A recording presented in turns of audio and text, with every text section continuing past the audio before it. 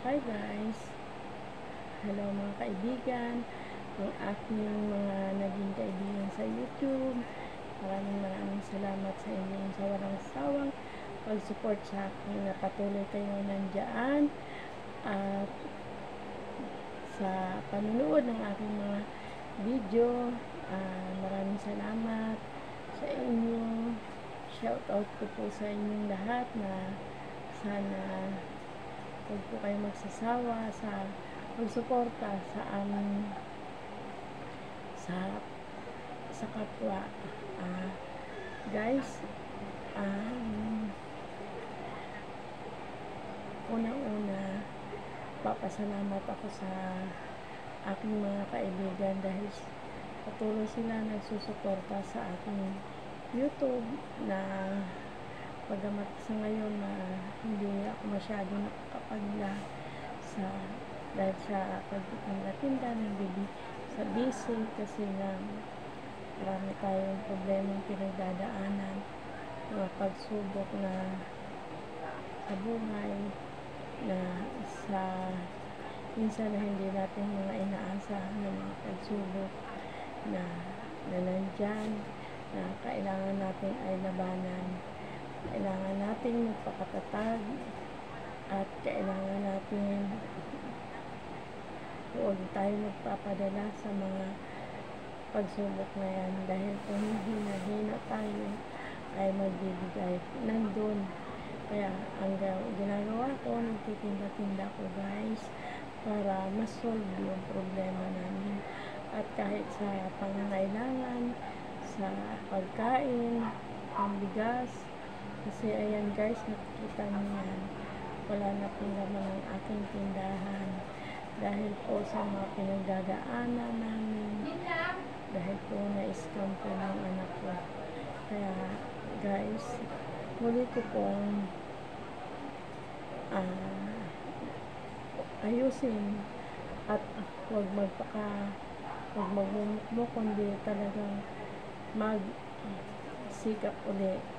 Dahil kung hindi natin magsisikap sa buhay ay walang mangyayari kung tayo ay magmumukmuk lang. Kaya naisipan ko guys na sa pagtitinda-tinda ng merienda, nasusolve po ang pangangailangan namin sa bigas at saka sa mga kunting bayarin kasi pag hindi po natin kikilos, wala pong mangyayari, mababaon tayo guys sa utang. Kaya sa awa ng Diyos at mayroon akong kaibigan na patuloy na nanalangin sa akin at patuloy na nandyan palaging sumusuporta sa akin. Ayan po ay si Ibarilo na tunay kaibigan ka minsan na aakayin ka sa paanan ng Diyos. Kaya natutuwa naman po ako dahil naging kaibigan, talagang noon pa naman kaibigan na kami. Kaya nang tuwasay sa akin at minsan kahit anong akay niyo sa akin, hindi ako sumusunod. Parang binabaliwala ko lang. Pero ngayon ng mga dumating ang mga problema, siya rin pala ang aking lalapitan. Kaya nagpapasalamat ako dahil siguro ito ang tamang panahon na talagang tinatawag na ni Lord na ako na para ay maglingkod sa Kanya at bigyan ng Kanyang oras at panahon, hindi lang puro hanap buhay.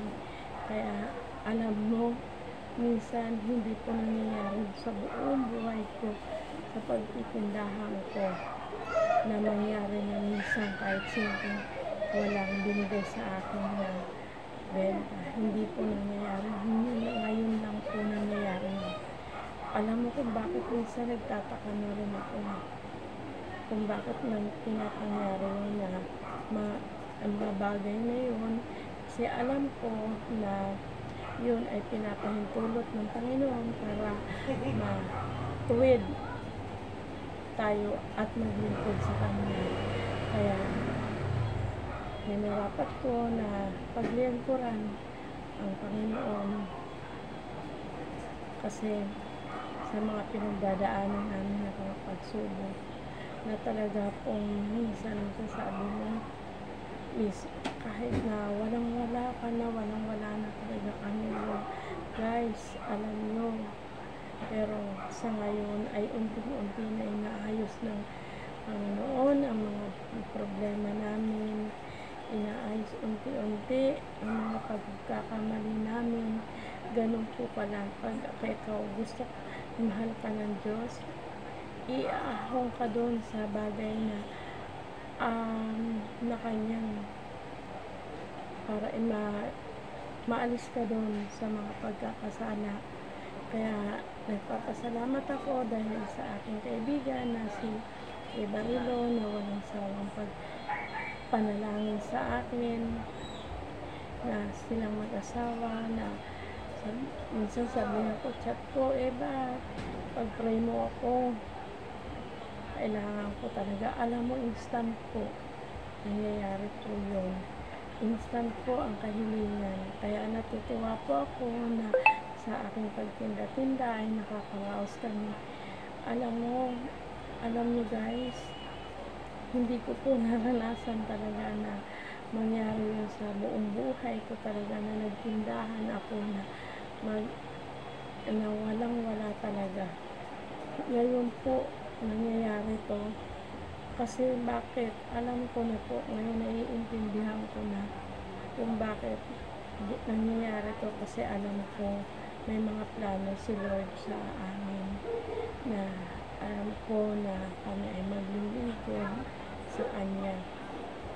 Kaya guys, sana hindi man ako minsan nakakatambay-tambay na, kundi doon na lang talaga kay Ma'am Lintik na ako pumupunta. Kasi alam mo bakit guys, alam ko doon kasi na mabait naman si Ma'am Lintik sa akin, at talaga tinutulungan din naman niya ako sa aking channel. Kaya nagpapasalamat ako na inaangkin ko na maaayos na po itong aking YouTube pag-YT, dahil alam ko na isa po ito.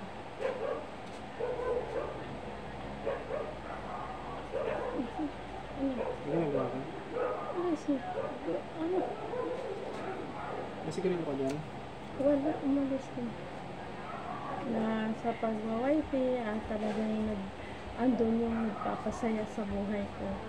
Kaya kahit maraming mga problema, basta may mga kaibigan ka, at ako ay nag-i-enjoy. Punong-puno na po ang utak ko ng problema. Punong-puno na, lampas tao na. Pero patuloy po ako nagpapakatatag. Kasi kahit iwan mo man ang mga anak ko, babalikan ko pa rin ang problema. Ito, nandito ako na talagang sugsog sa paghahanap buhay. Dapat talaga hindi ko na gagawin, pero ginagawa namin ko ng asawa ko dahil sa mga problema nila na hindi naman dapat problema na. Kaya ngayon going straight na ako kay Lord, dahil alam ko mahal niya ako, kasi inaahon niya ako, inaalis niya ako sa mga pinasasadlakan at mga bagay na hindi dapat. Kaya alam ko unti-unting inaayos niya ang mga pagkakamali. Kaya Lord, maraming salamat sa inyo mga kaibigan na walang pagsawa sa pagsuporta sa aking YT. Kasi nagugulat na lang ako na maraming sumusuport pala na sa aking mga kaibigan, na minsan wala ko sa sarili ko mag-vlog kasi laging laman ng utak ko ay problema, kasi wala ko kung laging iisipin, pero hindi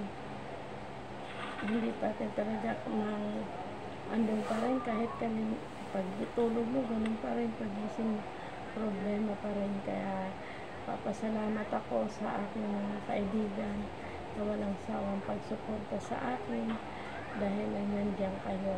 na aking sa YT na sinusuportahan niyo po ako. Salamat Ma'am Len dahil napakabait mo sa akin na sa pagkakakilala ko sa mga iba na mga team, kayo po yun talagang napakabait mo sa akin. Kaya hindi po ako nagsisi na nandyan sa'yo dahil alam ko mabait ang aking napuntahan at sa pagsuporta sa akin. Maraming salamat at alam ko ang problema ko ay may katapusan din. Alam ko hinihintay ko yun at muli makakaraos din po kami sa mga pagipitan ng araw na to. Alam niyo ba guys, munti ko pa to ibenta. Alam mo to, talagang chinat ko na yung aming presidente ng asosasyon. Sabi ko, benta na lang namin itong bahay dahil para masolve ang aming talagang, pero talagang hindi ipinagkakaloob ng Panginoon yung mga bagay na yun. Kaya ngayon, alam nyo kung bakit nangyayari to, dahil si Lord ay mahal ako. Alam kong ililigtas niya ako sa mga mali at baluktot na hindi dapat, kaya yung inaayos niya. Kaya alam ko tama na hindi ako nagsisi sa aking mga sa kay Eva Rilo na naging kaibigan ko na patuloy nagdarasal sa akin. Kaya guys, support nyo naman po ang aking channel Mila TV po na sana maayos na rin to. At maraming salamat po. Magandang gabi po sa inyo. Shout out po sa aking mga naging kaibigan sa YouTube channel. Salamat. Bye bye guys. At please subscribe, like and share. Please po pakipanood na lang po ng aking YouTube channel. Bye bye guys.